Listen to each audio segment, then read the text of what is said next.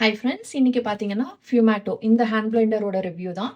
இது வந்து பிளெண்டிங் பர்பஸ்க்கு மட்டும் இல்ல. நீங்க வந்து சாப்பிங், விஸ்கிங், அதுக்கப்புறம் மில்க் ஃப்ராத்திங் இந்த எல்லாத்துக்குமே யூஸ் பண்ண முடியும். குயிக்கா ப்ராடக்ட்டோட ரிவ்யூ பார்த்துடலாம். இது வந்து நம்மளோட சாப்பிங் பவுல் வித் லெட் இருக்குது. உள்ளே வந்துட்டு எஸ் பிளேட் கொடுத்துருக்காங்க.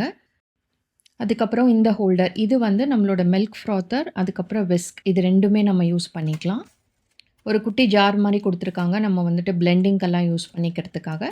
இது வந்துட்டு பிளெண்டர் ஸ்டிக்கு.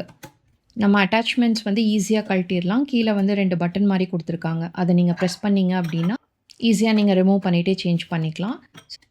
நமக்கு வந்து இந்த மோட்டார் யூனிட் மேலேயே பார்த்தீங்கன்னா டிஃப்ரெண்ட் ஸ்பீட் செட்டிங்ஸ் இருக்குது. ஸோ நான் வந்து ஃபஸ்ட்டு சாப்பர் தான் யூஸ் பண்ணேன். கேரட், ஆனியன், டொமேட்டோ இது எல்லாமே சூப்பராக வந்து சாப் ஆயிருக்கு.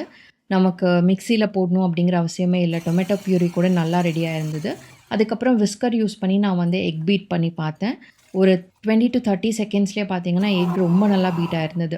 அதுக்கப்புறமா வந்து பனானா மில்க் ஷேக் ட்ரை பண்ணேன். மில்க் ஷேக் வந்து நல்ல ஒரு ஸ்மூத்தான டெக்ஸ்சர்லேயே நமக்கு கிடச்சிது.